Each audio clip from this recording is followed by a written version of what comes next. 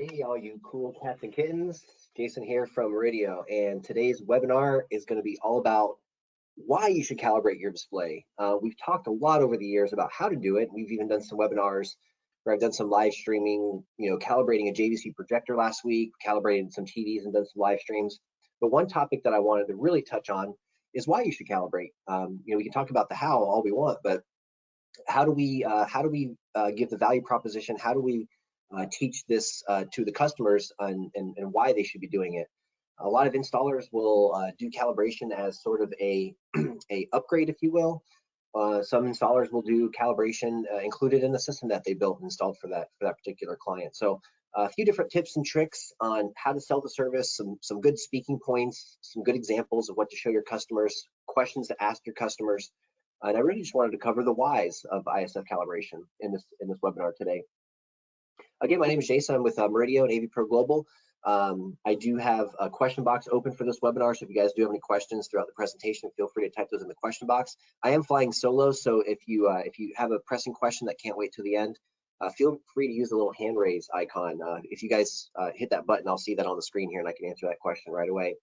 But feel free to ask questions as you'd like, and I'll leave some time at the end too for some questions in case you have any towards the end that we didn't cover during the presentation. So what we're going to talk about today is who is the Imaging Science Foundation?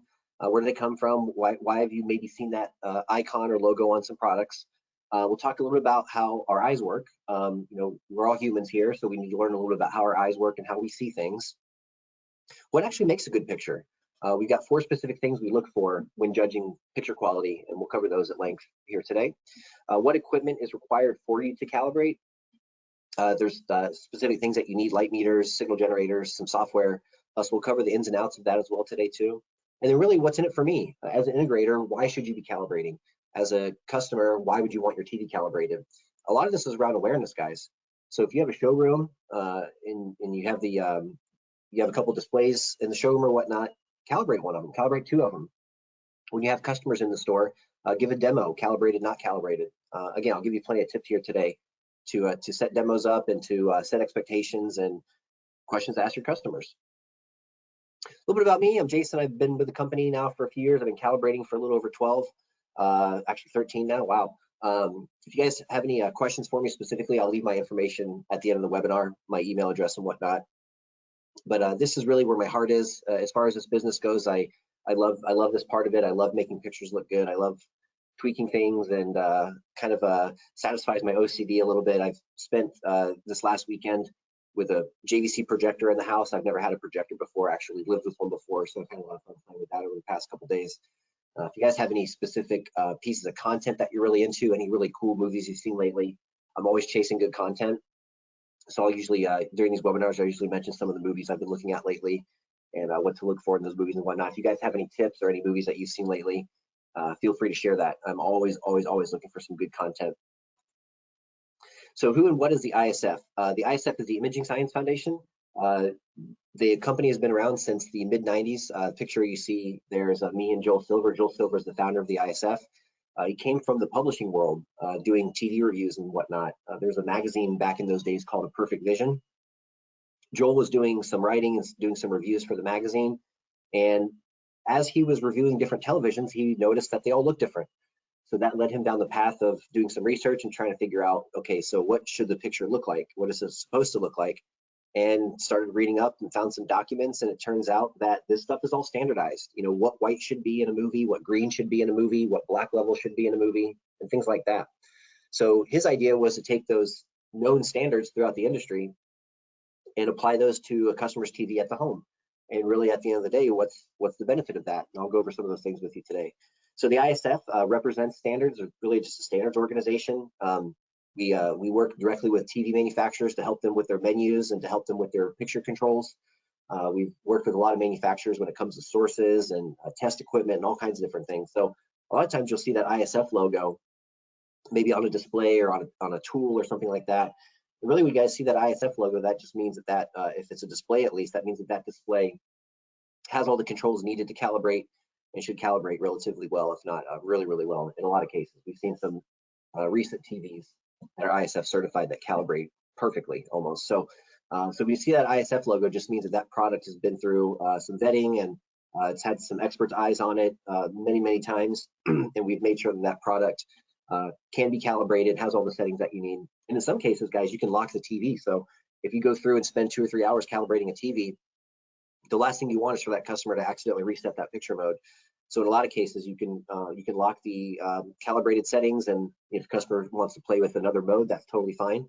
So yeah, as you guys see that ISF logo, one thing I do want to just kind of debunk, which I've seen over the years many times, people see the ISF logo in a TV and they assume that the TV's pre-calibrated or calibrated from the factory.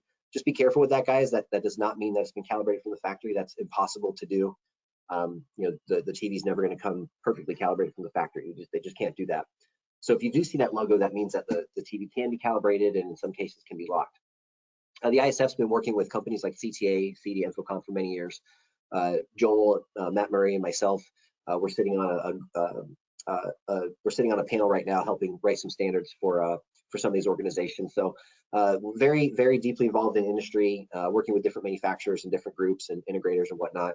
I think since the early mid 90s, since the ISF has been around, Joel's put something like 7,000 people through the program. So lots and lots of calibrators out there, and lots of products that we work with. I think we were up to 32 manufacturers, something like that, when it comes to the ISF licensing. So what is image calibration? Calibration in the general sense of things, it's matching a device to a known standard. So in this case, we're talking about displays. So when we calibrate a display at home, we're looking at specific standards written by the ITU and written by SMPTE and all these other organizations. And again, like I mentioned before, we're applying those standards to a TV that's in somebody's home or to a projector that's in somebody's home. A lot of it these days, guys, is really just balancing the knowledge of the display and the science behind how our eyes work and how the display works. And there's a little bit of art to it as well. If you guys have done some calibration work in the past, you know that sometimes you have to make compromises and judgment calls. And there's certain times where you have to make a decision. What's the lesser of two evils in this situation? Do I leave this color a little oversaturated, or do I leave the grayscale a little blue? Or so there's a little bit of experience that you'll gain over time to really help you get through some of these calibrations. What we've really started to notice lately is a lot of TVs will have sometimes 50, 60, 70 different adjustments in the TV by the time you get really deep in some of the advanced menus. And really at the end of the day, guys, if you're talking 70 different adjustments on a TV, 1 or 2 of those adjustments doesn't mean the picture is going to be majorly different or majorly better or anything like that. But if you take all 50, 60, 70 of those adjustments, even though some of them might be very minor, the total sum is way more important than any individual part. So as you're doing this, just remember there are some major things that we'll concentrate on, and there's some other things that sometimes you have to make compromises, like I said before. So it's a little bit of a balance between art, science, experience, judgment calls, and things like that too. One thing I just always like to mention too, professional video without calibration is not professional. Somebody comes in, they spend a ton of money on a nice projector or a nice display, they put it in a nice room, wall treatments and lighting treatments and these types of things. The last piece of the puzzle here is to calibrate the system, regardless of the situation. So maybe it's a bright TV on a beach house or downtown or something like that. We need to match that display to the room, because again, the manufacturers have no idea the room that the TV is going to go into. So that's our job as calibrators, and that's the job of the integrator. It's just like if you went to buy a suit, for a wedding or something, you have to have that suit fitted to your body. You can't just buy a generic size off the shelf, right? So it's completely custom to that customer's system, that customer's room, where that customer sits. In most cases, you're going to want to have the customer involved to kind of get their eyeballs on the screen. When you're looking at certain test patterns versus the customer looking at those same test patterns, sometimes, guys, our eyes are a little bit different. If you have a customer that their vision's a little bit better than yours or worse than yours, you might see some different things in the test pattern. So getting the client involved is super cool. It's super fun. A lot of clients, especially the ones who are a little more into this, they like to sit with you and look at the graphs and stuff, and you kind of explain to them what's going on. And that to me is really a fun part of it. Some customers, they say, hey, there's the TV, let me know when you're done. And they'll leave the room and go do some work or something like that. And that's okay too. In those kind of cases, you do want to at least have the customer involved a little bit, because again, you might be looking at some certain test patterns for, say, brightness or contrast that you will want to have their eyeballs on as well. So just keep that in mind. So a few simple things for the customers to understand. Why calibrate the TV? And I've seen, I've seen in a lot of cases before where the customer will say, why should I get my TV calibrated? And the salesperson or the installer will kind of go on this, long technical rant about standards and these types of things. And, you kind of look over at the customer and they have that glazed look over their eyes. So without being overly technical and talking over their heads or whatnot, there are some really, really easy examples we've come up with over the years to really determine if this customer is right for calibration. So one question we might ask is, how well can you see the details in the brightest and the darkest parts of the picture? So maybe your customer really likes to watch Game of Thrones or horror movies that are really dark most of the time. You ask the customer, how well can you see details in the shadows when you watch a scary movie?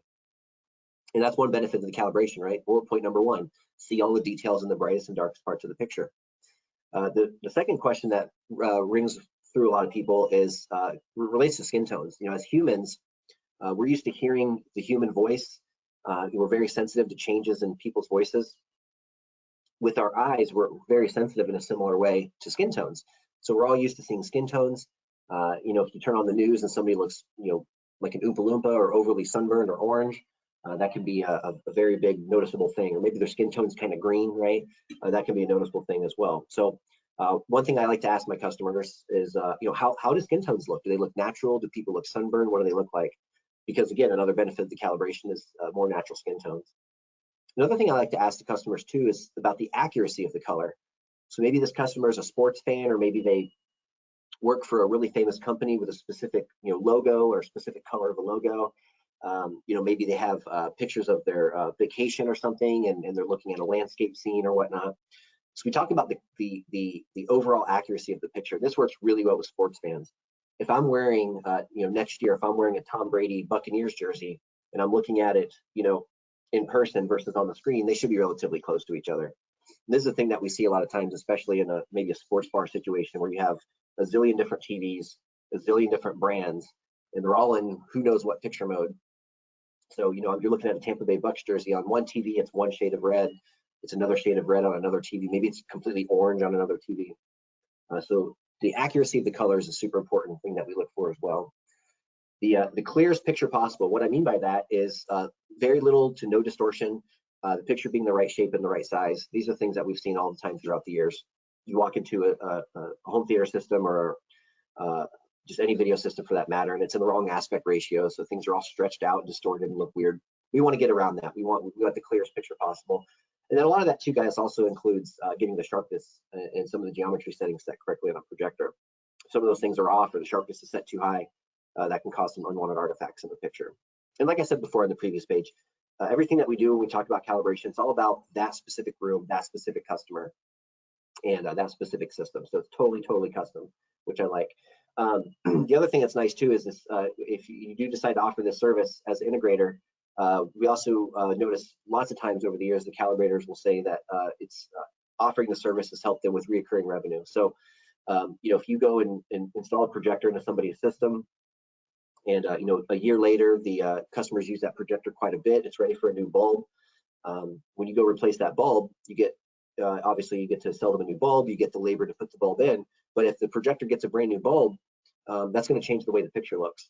So there's going to be some touch up that needs to be done calibration wise to that projector now. So you get some opportunities there for recurring revenue. And if you sell TVs and projectors, what we've also noticed over the years is that calibrated TVs very rarely get returned. And if they do, it's usually for some defect or something like that.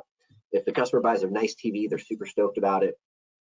An expert comes out to the house and calibrates it for them and shows them, the ins and outs and whys, and looks at test patterns and gives them kind of a lesson on video. And then afterwards, the picture looks excellent. The customer can see all the details. The skin tones look good. The customer's super happy at this point, guys. And you're not going to have those situations where the customer calls and says, I don't like the green on this TV, come get it. Or I don't like the motion on this TV, I'm going to return it. If we give the customer some education, show them some test patterns, get them involved, installers in retail type places rarely see those types of TVs get returned. So just a couple things to keep in mind there. One other thing I'll touch on too is video wall calibration. Don't forget that in commercial. This can be super important. I've got a couple of pictures on the next couple of slides that'll show this off, but some things that I just noticed out in the wild a lot is inconsistency in the color of the video wall or the luminance of a video wall. You know, one display of the 6 that make up the video wall might be way brighter than the others or way bluer than the others. We see that a lot. Inconsistency and inaccuracies in screens and sports arenas. I've got a great example for that on the next slide. Different displays in different sports bars all looking different. I mentioned that before. There's one specific restaurant I'll leave nameless. I cannot even go in there and watch TV because you can tell every single TV is set to vivid and the restaurant's really dark. So as soon as you know, the grass comes up on a football game or something, it blinds you. It's really, really bad. LED wall luminance. This is one thing we talk about when it comes to comfort, but also think about safety. There's an airport that I visit frequently, and every time I land at this specific airport, as I'm coming down the escalator to go to the baggage claim, there's a LED video wall right there, and it's advertising the local beaches and whatnot. And guys, it is no joke how bright that video wall is. Every time I go down that escalator, I've got to like look down or close my eyes, and I can only imagine maybe an older person or something like that, you know, being maybe temporary, you know, kind of blinded for a second, and God forbid they have an accident or fall or something. So we talk about LED wall luminance. It's not just about, you know, making the picture look accurate and things like that, but it's also about comfort and honestly a little bit of safety as well. Take a look at a couple of examples, just pictures I've taken over the years. This was at a hockey game here local, and I was sitting with a buddy of mine who came to the game with me, and I pointed this out to him, and we kind of made a joke of it because you know how this stuff is, guys. Once you point something out to somebody, they can never like unsee it, right? And this is one of those cases. So I nudged my buddy, and I'm like, "Hey, look at the color of the ice. Does it look normal to you?" And he says, "Yeah, it looks white. What are you talking about?" I said, "Okay, look up at the jumbotron. How does it look up on the jumbotron?" And he looks at it for a second, and he goes, "Oh my gosh, why is it so blue?" Now that's all I can see. So you know, this is something that I've been dying to fix over the years. I've not gotten contact with the right people to fix it, unfortunately. But just by readjusting the white balance on this screen, it would look a lot more consistent and a lot more normal. Instead of that almost purplish white, we'd be back to normal white. This is a video wall at an airport. You notice these bottom two, you know, the center and the bottom left screens. If you notice the background, it's very, very blue compared to the more of a, you know, a neutral white or neutral gray that's in these other screens here. This is something that drives me batty. I see it a lot of times on video walls. So for a nice, clean, consistent installation, we'd want to calibrate all of these displays to all look the same. That way you get more consistency. A couple of sports bars, just pictures I've taken over the years. You can see down here, it's the same exact football game. The monitor on the left is most likely in some kind of vivid mode. You can see by the neon green kind of grass, the radioactive grass over here. Whereas on the display on the right, the grass actually didn't look all that bad. So what's probably happening here is they had this in some really bright mode, and they had this in some more of a toned down mode. But if I took a few minutes even and just at least set some basic levels on these two monitors, they would at least look more consistent, look more realistic. I don't know what was going on over here. This was obviously an extreme example, but these are things that I've seen out in the wild before. I don't know if maybe there was even something wrong with this TV, but the TV on the right, again, same baseball game here. The TV on the right, if you look really closely, it already was way too blue. You can see that in the skin tones here. This person has a blue, you know, almost kind of cast to his skin tone. And in person, it was even more obvious. The jersey was very blue and that kind of thing. But look at the example on the left. It's like 10 times worse. So I don't know if this was in just some crazy out of the box picture mode. Maybe somebody had messed with the settings manually, trying to make it better. Whatever the case may have been. In this case, both of them were very bad looking, but this guy on the left here was even worse. And this isn't the only time I've seen this. I've seen this in other states and other cities and other sports bars before. So again, trying to get some consistency here. What you also might not be able to notice just from the picture is that the one on the left was also way, way, way brighter. So even looking at it was kind of painful. Here we have this was a system I worked on for somebody who had a projector with a 110-inch or 120-inch 235 screen. Some of my favorite systems to work on are some of these dedicated theater rooms. You get to see some nice big screens. What you're actually seeing right now, I took 3 different pictures. This is one of the opening screens to the first John Wick movie. So as the The trailers are over, the movie's about to start. You get the different shots here of the different production companies and whatnot that worked on the movie. This was the Lionsgate or the Summit splash screen. That's just up on the screen for a second, but it was very, very, very obvious to see this example. So this particular projector had several picture modes. I wanted to give an example of the brightest one out of the box, the most accurate one out of the box, and then actually calibrated. So the screen of this sort of splash screen here should be white, and that's what you see in the middle. After the calibration, the white screen was white. The brightest picture mode out of the box on this projector was a mode called living room, and it was much, much, much brighter, but look at what it did to the white background. It made it this kind of teal cyan color.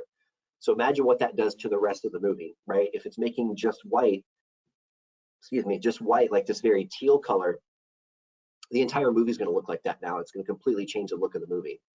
If we look at the very bottom, this was the most accurate picture mode out of the box. This was the THX mode, and you can see the whites were very green. So you can imagine what this might do to anything, really. If I'm watching the news, this is going to give people green skin tones. Everybody's going to look sick. If I'm watching hockey, the ice is going to look green.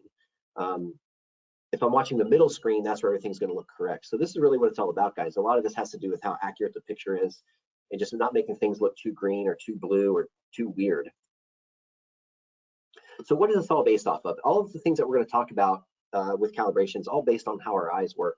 Us humans, we have some very, very powerful tools in our faces for seeing and for surviving. And those are our eyeballs. Probably one of the reasons why we've become the dominant species on the planet. We've evolved and we're doing what we're doing. We have some different sensors in our eyes. Some of the sensors are used to pick up dark and bright information, and some of the sensors are used to pick up color information.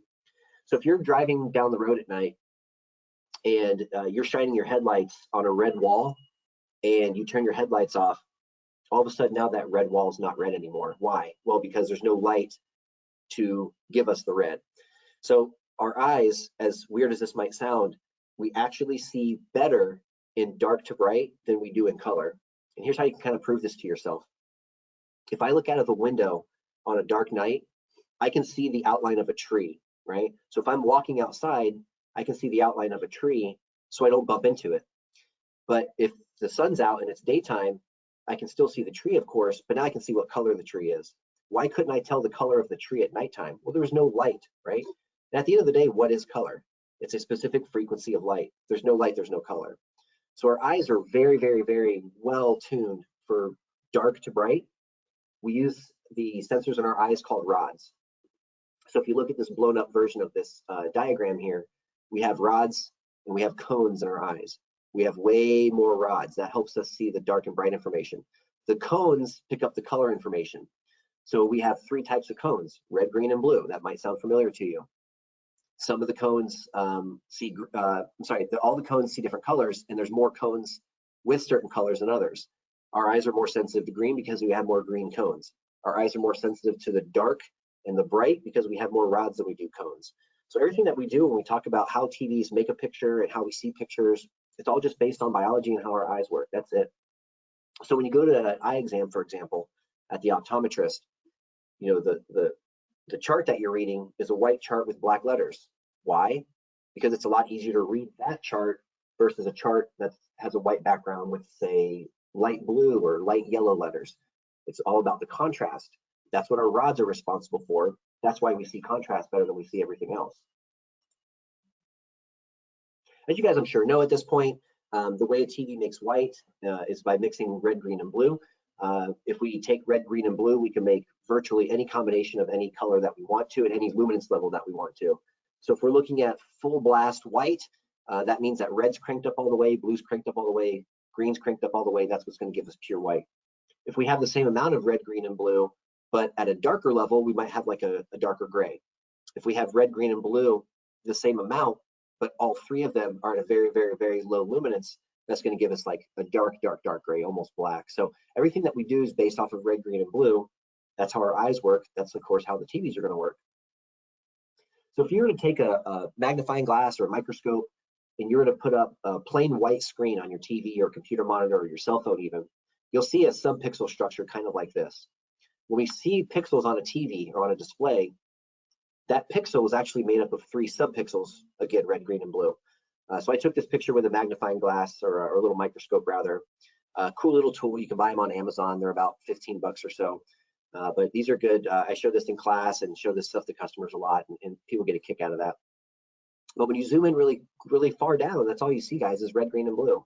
So the TV has to make that combination of red, green, and blue for each pixel. And that's what gives us a picture at the end of the day. Now, this was interesting. Last year before, whenever that last season of Game of Thrones came out, you guys may remember this. There was a giant controversy around that one episode. I think it was it was definitely season 8. It was the last season. I think it was episode 5.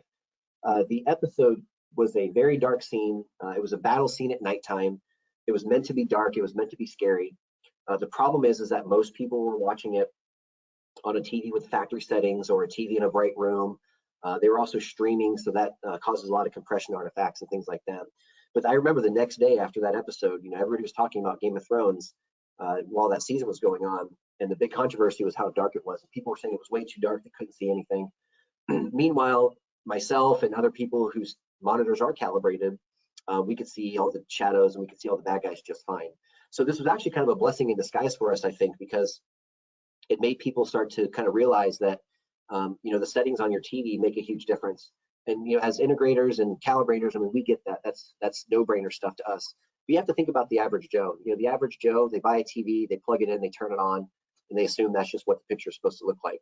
It takes an expert or somebody to come in and teach the customer about picture quality and what they should be seeing, what they should not be seeing, and adjust the levels on that TV for that room that it's in.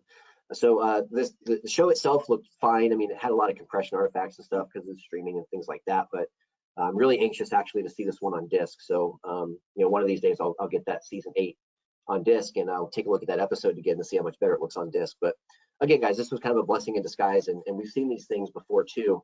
If you guys remember, Tom Cruise was with, I think, the director of Ghost Protocol or one of the movies he was in, and they did kind of a public service announcement on Twitter, and they were talking about how the motion smoothing on your TV at home ruins the look of the movie. And hearing the filmmakers actually talk about this stuff.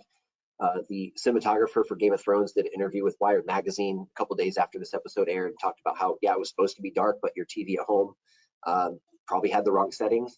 So it is opening up the general public to what we do, and getting people more aware about the service, and really asking these questions about, like I said before, how well can you see details? How do the skin tones look? This gets people to sort of open up their mind to this kind of service. So when we're looking at a picture, what actually makes a good picture? When we look at a TV in a store or in a studio or at home or whatnot, and we say, wow, that's a really good picture. What does that mean? What are we looking for when we say that? What makes us say that? The number one thing that we look for when we're judging picture quality, number one, always, because the way our eyes work with the rods and cones, as I said before, is dynamic range. And the easiest way to describe dynamic range, the difference between the brightest and the darkest parts of the picture. The bigger the difference, the better. There's a reason why people love plasma so much. There's a reason why people love OLED so much. Those contrast ratios, when you get perfect black, are awesome. Really, really good contrast. Our eyes love that stuff. Very natural looking picture. Lots of pop, lots of good color, things like that, when you have good dynamic range. Number two is color saturation. In the simplest way, you could say, how colorful is the picture? You guys have probably seen a picture that's too colorful before. That's when you get the neon green grass and the sunburned skin tones and whatnot. And you've probably also seen a picture too that wasn't colorful enough. So maybe it looked kind of washed out or undersaturated or kind of dull, pale. I've heard people describe it like that before. So color saturation, very simply, is the amount of color. There's either too much, there's not enough, or there's the right amount of color. Number three, colorimetry. That's just a kind of a technical word, I guess you could say, for color accuracy. So when we looked at the example before of the hockey arena and the ice on the Jumbotron was almost purple, that's a colorimetry problem.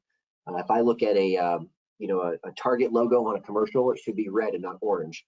Lots of different examples there that you can use, but colorimetry is all about the accuracy of the color. And then number four on the list is resolution. How much detail is in the picture? Is the picture noisy? Is it overly sharpened and it causes distortion?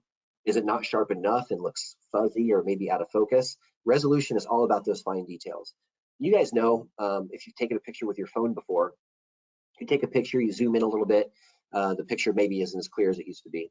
So when we're setting up projectors and setting up flat panel displays, we really pay very close attention to the geometry, In projector situations, using things like keystone can ruin the resolution, so we want to avoid things like that. On a flat panel display, or a projector for that matter, if the sharpness is set too high, it causes all kinds of fake edges and edge enhancement. And if there's noise in the picture anyway, because it's streaming and you crank up the sharpness, the noise is just like putting a magnifying glass on the noise. It looks really, really bad. So those are the 4 things that we're actually looking for. It doesn't sound like a lot, but everything that we do in calibration revolves around these 4 things. So keep these in your mind, and as you're watching maybe your TV at home or looking at projector in a cinema or something like that, put these things in your mind in this order, and it'll help you really start to understand what the picture is supposed to look like. So in the early days of ISF, we were just calibrating a few things because this is all the TVs had to offer. Brightness or black level, contrast, white level, color, tint, sharpness, and white balance. At least those top 5 adjustments that you see on the screen right now have been on the front panels of TVs since I've been a kid. White balance was always a little more advanced. In the early days, you had to get into the TV service menu, and there was all kinds of terrible things that could happen in there if you pushed the wrong button or did something wrong. But this is all we did in those early days. The tools are very limited. The displays are very limited. Some displays didn't have white balance settings at all in the service menu or anywhere for that matter. Older displays, if you're talking tube TVs, a lot of these adjustments were actually mechanical. So, you take the back off the TV and you're in there with a screwdriver adjusting potentiometers and whatnot. So it used to be a lot more mechanical things involved. It used to take a lot longer to do the calibration. And we take a look at some of the things that we do during the calibration.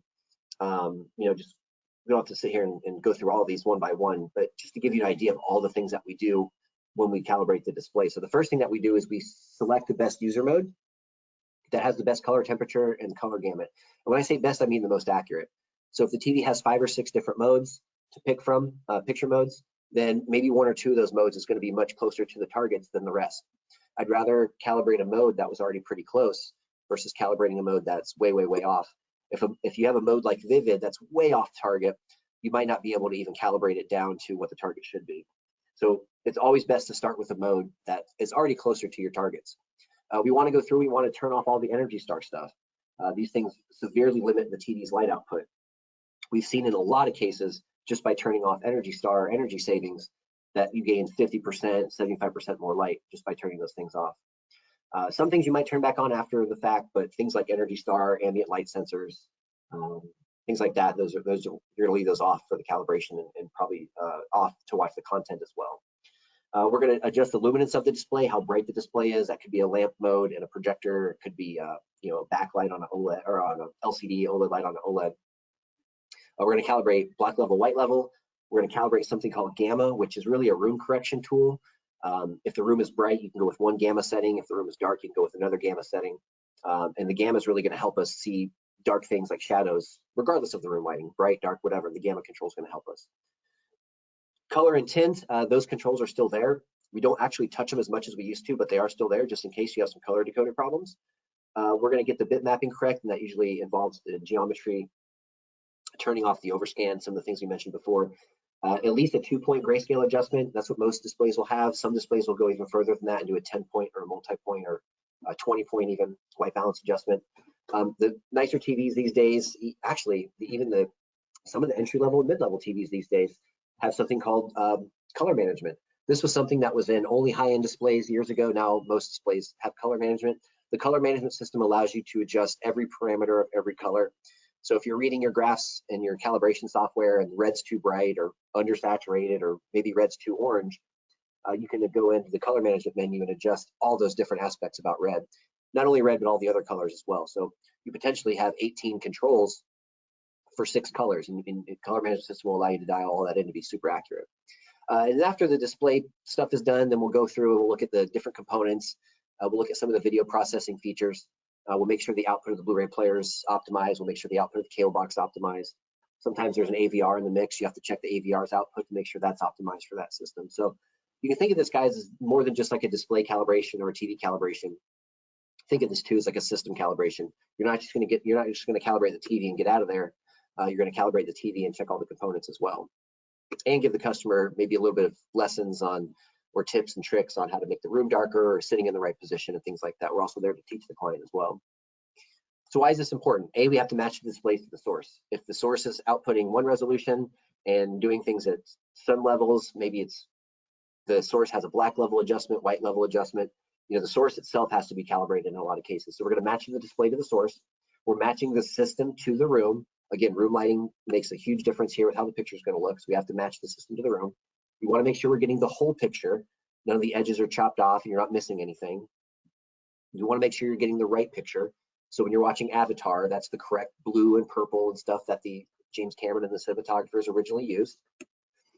We want to make sure you're getting nothing but the picture. We don't want any more or any less.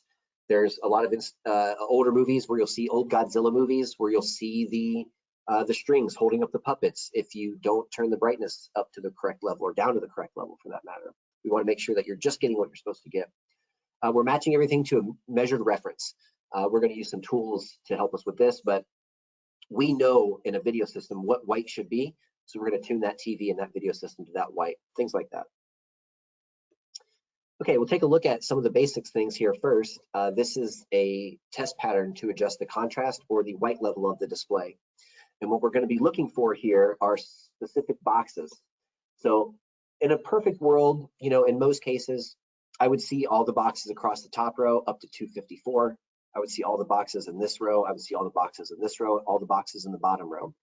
The problem is if the contrast is set too high on the display, a lot of these boxes will disappear. We call that clipping.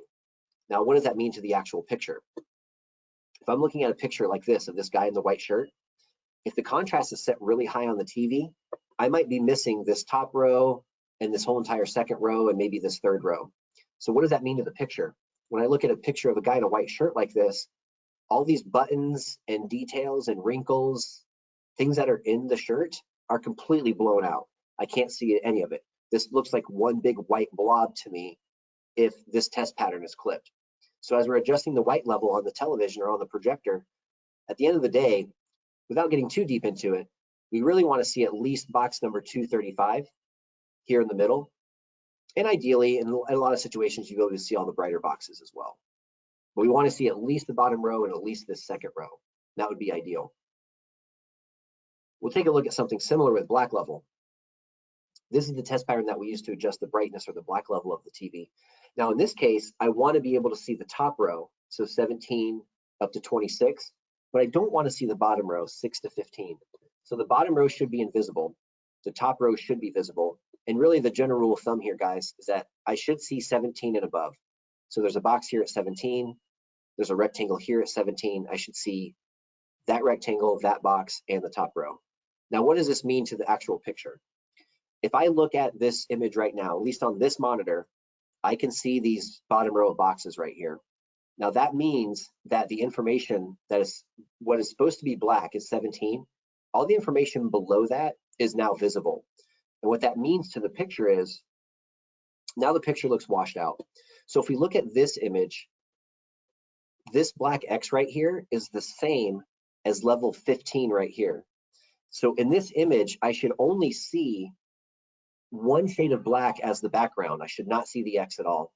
I should have another shade of black that makes up the jacket, another shade of black that makes up the dress shirt underneath the jacket. So I should have 1, 2, 3 shades of black, not 4, right? So if I go back to this test pattern and I turn the black level on the TV down, now these boxes disappear, but maybe I turned it down too low and now these boxes also disappear.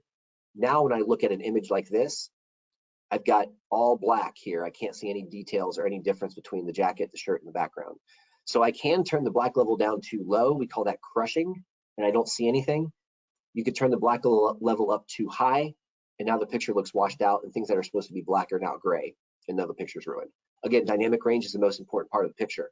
So if the contrast and brightness are wrong, you're starting off on the wrong foot. You're not going to be able to get anything to look good if the two basic things are not optimized. Next, we'll take a look at color saturation.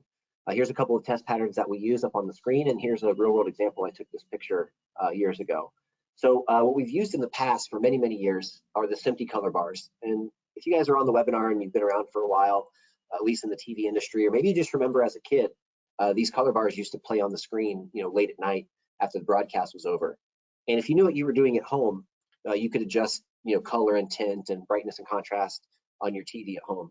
And what they were using this for was, every night after the broadcast, in a lot of cases, the broadcasters would be tuning their own monitors or maybe white balancing the cameras or whatnot. So these were tools that were being used both on the broadcast side, and if you knew what you were doing, you could adjust your TV at home as well. We still use the SMPTE bars quite a bit. Still a very popular test pattern. Over the years, some companies have developed some sort of simpler test patterns, if you will, non-technical, if you will. Portrait Displays made this test pattern or test image back in like 2002 or 3. We have all the primary colors are represented and all the secondary colors are represented in this test image, plus you have a grayscale in the background. So if you're looking at the SMPTE bars, if you really know what you're looking for, you could adjust these by eye. If you're not quite that experienced, it's very easy to adjust this one by eye because we just watch the skin tones.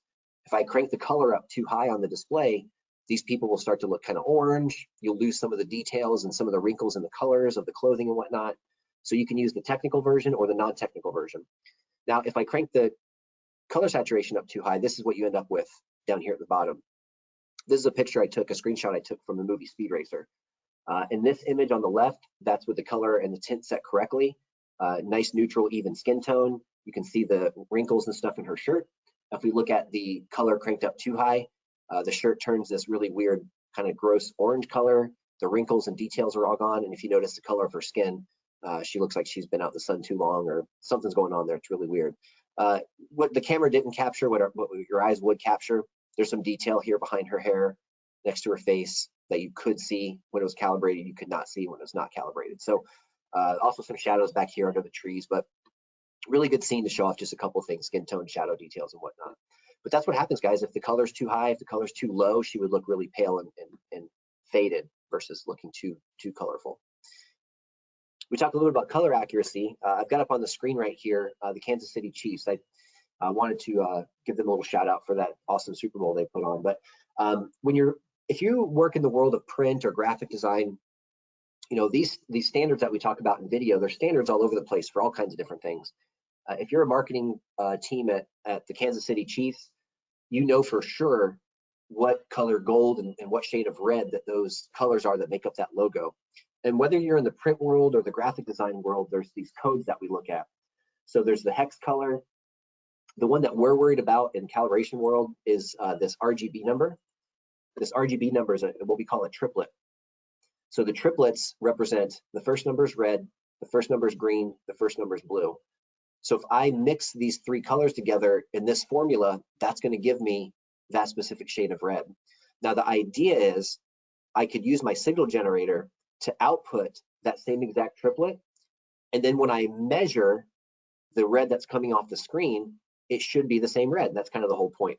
You can see it here too on this gold color. So the triplet for the Kansas City Chiefs gold, 255-184-28.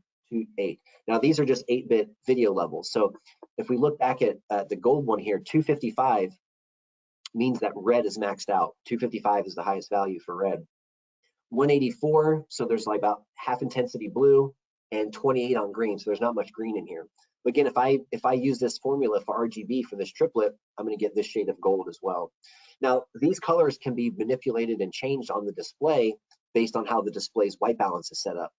So if I have the display with a neutral white balance, the gold here and the gold, once it's on the display here, should look the same. Now, if the white balance on the screen is off, it's going to shift everything to a different color. So if you look at this example, the white balance in this image is correct. It's a nice neutral gray, no discoloration at all. If we shift up to this middle example, the grayscale is too blue, and hopefully, depending on your monitor, you can see this. It's more of a bluish gray. If we go to the top example, that's more of a reddish gray. So the top example is too warm, the middle example is too cool, the bottom example is actually correct. So if I use this red and I show it on the screen, but that screen's too blue, that red and that blue are going to mix, and that red's going to look too purple, right? So that's kind of the idea. Everything should be neutral so that these colors look correct once they're made on this display. Here's an example I took a picture of years ago. This was the grayscale of a TV. At the time, this was a first-gen LED backlit LCD TV. So we're talking like 2007 or 8 or so. If you guys remember back in those days, this was brand new technology. Everybody was very excited about it. Really, really expensive.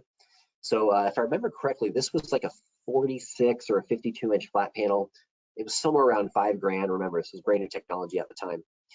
Now, after I adjusted the grayscale on the TV, the hope is that you put up a grayscale test pattern, which is what you see on the left side of the screen here.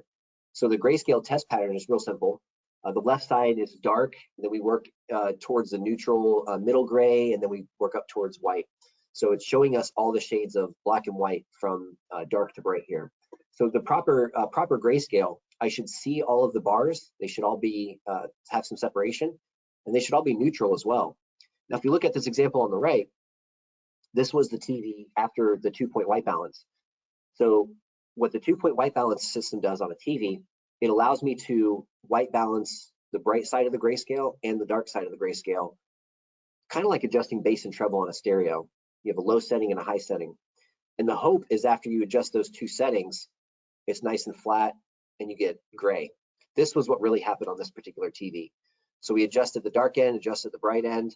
The dark end was neutral at maybe 1 or 2 points. The bright end was neutral, maybe way at the top. But look what happened to the middle of the grayscale. Some pinks, some purples, even some greens in here. So this is a great argument, a great case for why you'd want to, buy a nicer TV and use some of these advanced menu controls. If you have a customer who's really into video quality and accuracy and they like things to look correct, I would have to either calibrate this TV more, or if I couldn't work out some of these weird colors, maybe this just isn't the right TV for this customer. Maybe we need to spend a little more money and get something that's a little more accurate. But imagine what this would do to the picture, guys. So some of your levels would look okay, some of your levels would look kind of purple, some of your levels would look kind of green or kind of blue. This wreaks havoc to the picture. This is no good. So now the hope is that I can use a 10-point or 20-point white balance, and maybe I can adjust each one of these to get back to neutral. Not always the case, though. You have to look for those things. We talk about resolution and geometry. The test pattern that is most commonly used right now, there's several test patterns you can use for this. The most common one is what you see on the right. That's called the ISF geometry test pattern. A few things that we're going to look for here. This test pattern, if you look at the top, bottom, left, and right, it makes this big diamond shape. And I want to make sure that I can see the tips of the arrows right here, right here, right here, right here. Now, this doesn't always happen. In fact, rarely happens with a TV out of the box. A lot of TVs out of the box will be zoomed in, maybe 5% or so. So you end up chopping off this side, you end up chopping off a little bit of the bottom, you chop off a little bit of this side, you chop off a little bit of this side. So you might be asking yourself, why on earth, why? Why would they intentionally chop off the edges and the sides of the picture from the factory? They do it on purpose. If you guys have seen this before, this was a screenshot from, I think, CBS football game. There's a black and white speckled kind of dotted line across the top here. We are not supposed to see that on our end at home on our TV. The broadcasters can see it. We're not supposed to. But, they're humans and they're doing it live, and sometimes there's mistakes. So if they don't want you to see this distortion across the top of the picture at home, the manufacturers will intentionally zoom the picture in a little bit. Because think about it. If you take a brand new TV home, you plug it in, you turn it on, and you've got this distortion around the top or on the edges, you might think something's wrong with it, and you might return the TV. Just average Joe thinking right there. But if you turn off the overscan, if you turn on the overscan, the picture will zoom in a little bit, and now we're just seeing what's in this red area right here. Now, again, as I said before, if you zoom in on the picture even a little bit, it does make it less clear. So we want to make the picture as clear as possible. So we'll do things like turn off the overscan. Now, you're going to see this black and white speckled line across the top of the screen, but it's probably only going to be there for that specific show or that specific commercial. Or maybe you turn the overscan off and on based on what the image looks like on the broadcast end. Now, the only thing that stinks about this is not only are we zooming in on the picture, making it a little bit less clear, but you see some things that happen on the edges. People get chopped off and things like that as well. So where it might be okay in some cases to use overscan for a football game, you would never, ever, ever want to use overscan for a movie. We're going to zoom in too far, we're going to miss stuff on the sides, and we're going to make the movie a little blurry. So if you want to use the overscan for maybe your cable box or maybe that input, that's fine. But I would certainly turn it off for any important sources like Blu-ray players and streaming devices. Now, the other thing we look at for in this test pattern is the sharpness, which you probably can't see because it's such a tiny little font here. There's actually some numbers going left to right and top to bottom. And those numbers are actually counting pixels. So it starts at 0, to 1920, 0 to 1080. And every 10 or so pixels, there's a number. So like 10, 20, 30, 40, 50, all the way. So what I'm looking for here, there's these little like hash marks that indicate the different pixels and what pixel you're at.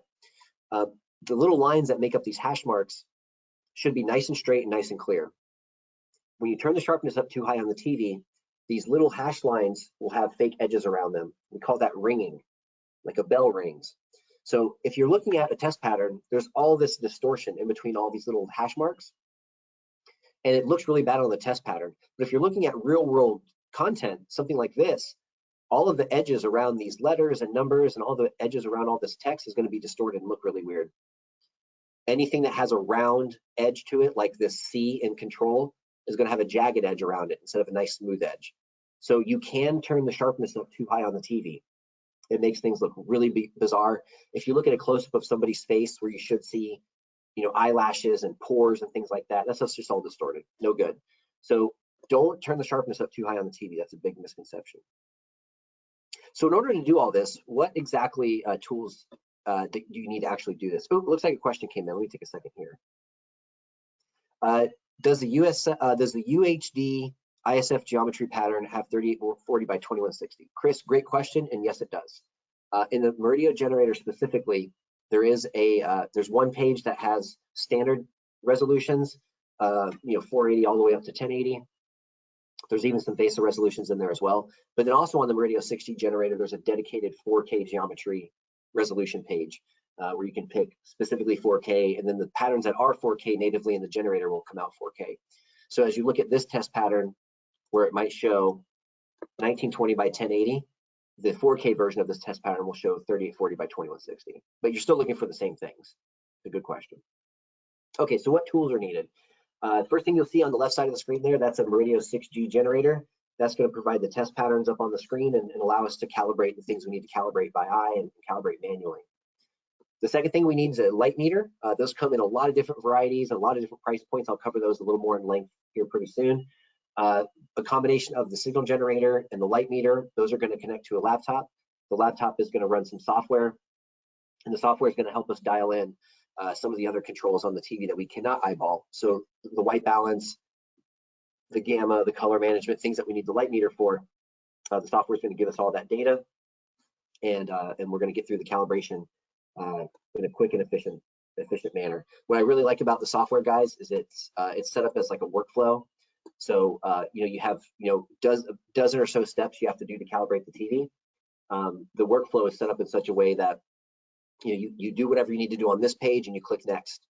You work on the next page, you click next, and it literally walks you through the process start to finish, which is super helpful. In the old days, we didn't have that.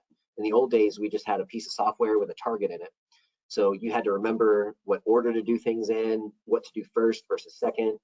Oh, I can't do I have to make sure I remember to recheck the brightness and contrast at the end, even though I set it up at the beginning. So you just had to remember this stuff and take a lot of notes and things like that. But the workflows have really, really helped the process. Looks like another question may have come in. Oh, he just says, okay, thanks. Okay, cool, Chris, thanks. This is again, Murideo test pattern generator. This is called the 6G. It has a ton of ISF test patterns in there, different things that you use to calibrate the display. This is HDMI 2.0, so it does 18 gigs 4K with all flavors of HDR. So you can calibrate and analyze any version of HDR you'd like with this generator. You can also use this generator to read the EDIT of a TV, which is really helpful for troubleshooting and getting things set up initially. It does have Dolby Vision built in as well, like I said, all versions of HDR. What's also cool about this piece is it is field updatable. We've got a couple of videos on YouTube and instructions on the Murideo website to update the firmware on the generator. If you don't have time to do the firmware update, or maybe it seems intimidating for some reason, certainly understand that. Feel free to let us know. We can actually log in remotely and help you do that, so you don't have to send it in, which is kind of nice. This is our newest generator. This is called the 7G. This does everything the 6G does, plus much, much more. This is a HDMI 2.0 signal generator, but it also is capable of 2.1 with a hardware upgrade that we'll be providing this year for you guys who have this generator already. We can do things like testing ARC and eARC, which is really nice. We can do things like test input lag, which is very important these days, especially if you have somebody who's really into gaming and the input lag is super important to them. Or maybe you just have some device in the signal chain that's causing an error between the audio and the video, and there's a lip sync problem. You can actually measure that with this new generator, which is super cool. Again, all versions of HDR are supported. There is USB 3.0 on it, so if you have any specific test patterns or test videos that you like personally, you can feel free to upload those to the generator itself. It's got tons and tons of extra storage space in there. We left like several hundred gigs in there, so if you guys want to put some even 4K demo content there, you certainly can. All the files that are loaded onto here are raw video files, so no conversion from 8-bit to 10-bit or anything like that, or no conversion from RGB to YUV. It's all straight YUV, so less errors and more accuracy and things like that. The test patterns that are built in, the 6G has a bunch of ISF test patterns. The 7G has test patterns from ISF and many, many more as well. Another great organization out there is the Professional Video Alliance. Greg Lowen, he's been instructing calibration for many years. He's got some great test patterns that are built into the generator. There's a company called, or a disc out there called Spears and Munsell. They're on their 3rd version. Some excellent test patterns and demo material in that disc, so we included those test patterns as well. Sony Pictures has some specific test patterns, which are very valuable. We've got those built in. Some from Portrait Displays, some from, there's a gentleman named Bill Witzel who's been around for a long time making test patterns. So the guys, this thing has thousands of test patterns in it from all different organizations.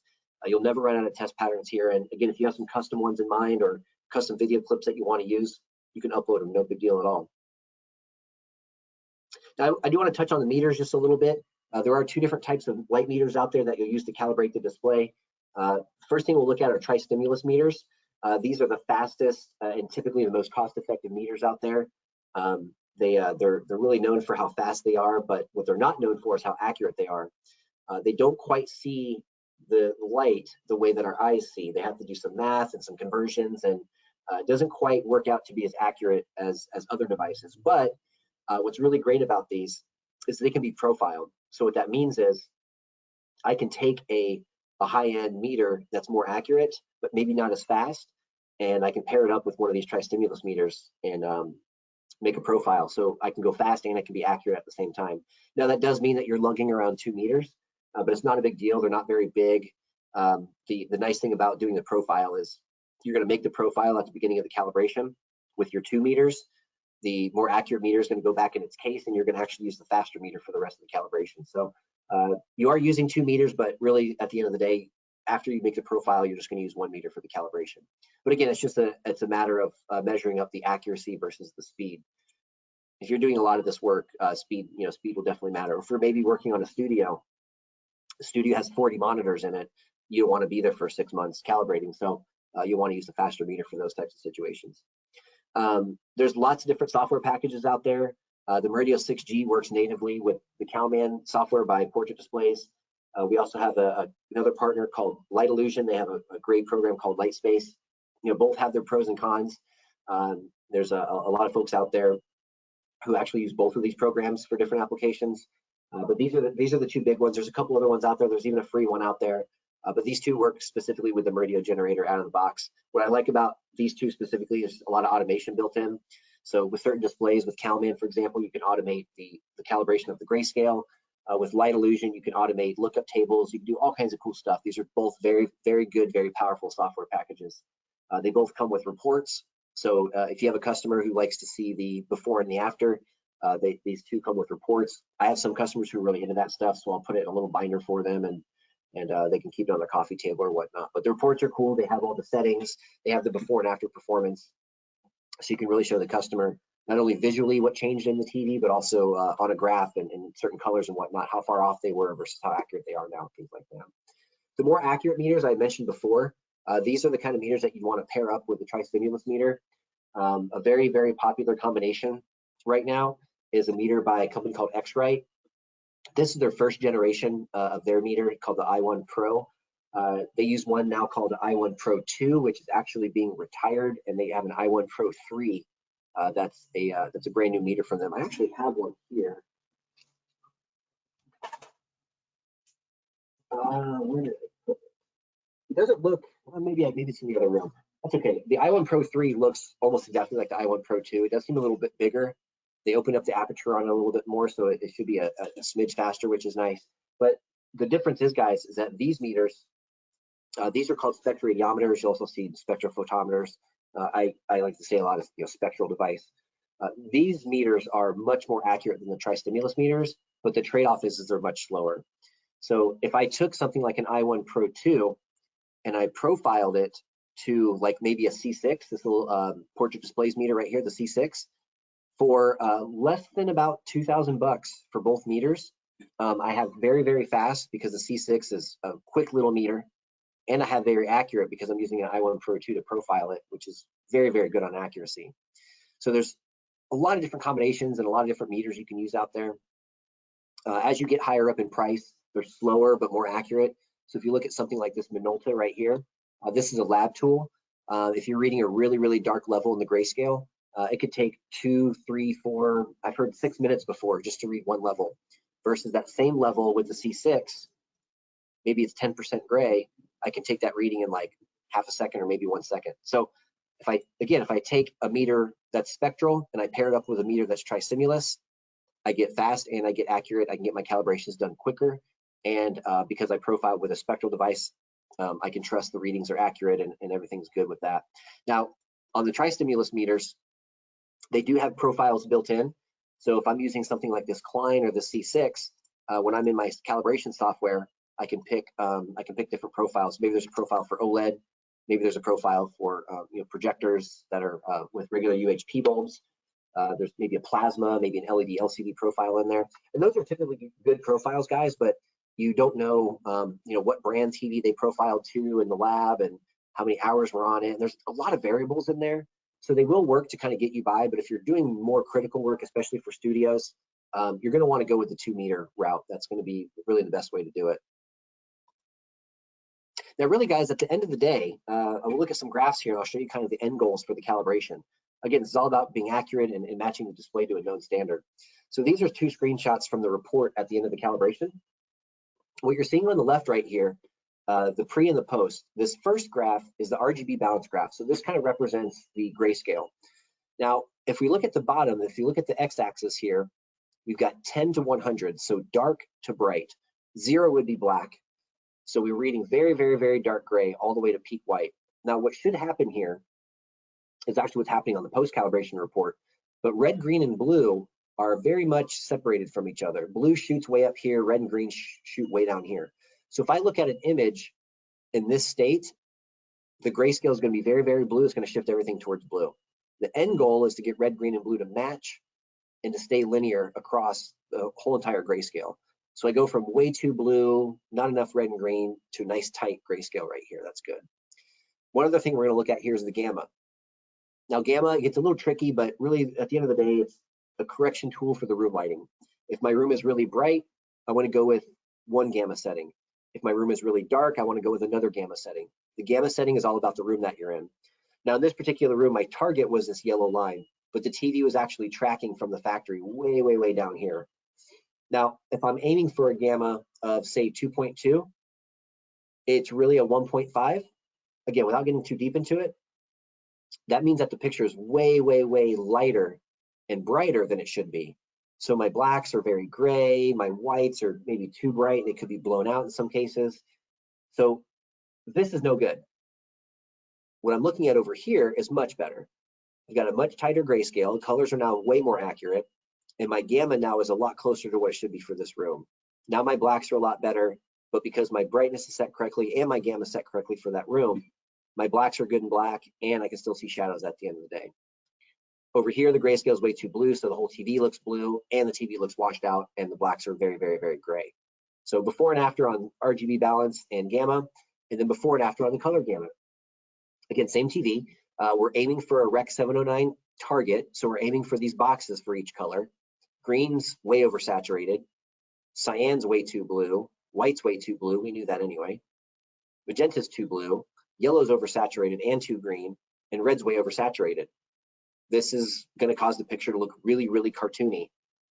If we look over here on the right, everything's on target, which is excellent. This was an excellent calibration. I can't remember the TV on this one, but it turned out really good. This shows us our errors as far as saturation and hue for each color. This graph shows us our errors when it comes to luminance for each color.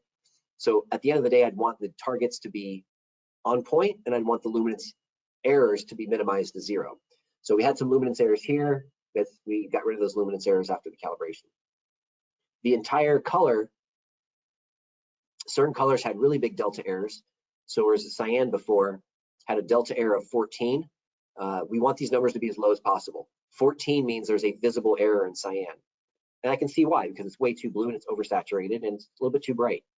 So if we take this chart and this chart, add those two errors together, we get a big error down here.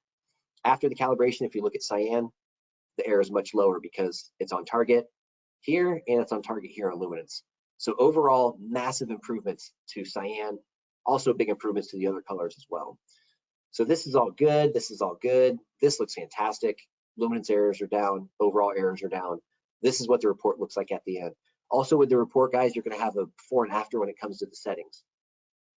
So in a lot of cases, when you're manually calibrating the TV, your brightness is set to this, your contrast is set to that, your gamma is set to this, your white balance levels are set to this, this, and this. God forbid one day if the customer accidentally resets the TV or there's some freaky thing that happens and they lose all their settings, that report's going to have all their settings in there and all the performance data in there as well. So you can email that to them, keep a copy of it yourself on a PDF on your computer in case the customer ever loses it, and everybody will be fine in case something like that happens. So what's in it for me? I talked about this before for installers and calibrators out there. It's recurring revenue. We also noticed that a lot of times there's maintenance involved. If you're working in a studio environment, those monitors need to be periodically calibrated. What doesn't hurt to do that on a TV in somebody's home either, but it might be a little overkill in somebody's house to calibrate the TV every 6 months versus a studio where it's very, very common, and in fact, in some cases, way less than 6 months. I know we have a calibrator who does CNN studios, and they calibrate their monitors every like 300 hours at their use. So probably once a week or something like that, even maybe. I mentioned before, less returns. TVs that are calibrated, customers that are happy typically don't return those TVs.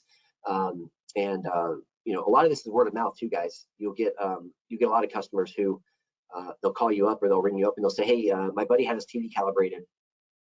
I have the same TV and his looks way better. Can you come do mine? I get this a lot. If you do take the ISF class, you are listed on the ISF website as an authorized dealer. So somebody could go in and they could type in Texas, for example, and or type in a zip code even and find you and find your company and get a hold of you that way. But again, a lot of stuff in my own personal experience, at least, has been word of mouth, and a lot of it's through online advertising. If you want to take a look now, just to kind of test the waters, if you go to imagingscience.com/dealers and type in your zip code, kind of get an idea of all the companies around you, or maybe the lack of companies around you that are calibrating. There might be some opportunities out there. As far as pricing goes, for big box retail, I've seen anything from $0 for the calibration. Maybe they're doing a promo. Buy a TV $9.99 or above and calibration's free. I've seen those types of promos before. If they're doing no promo, typical big box store, I usually see the calibration price at about $249. If you're an integrator, I've seen a lot of integrators include the calibration in the price of the system.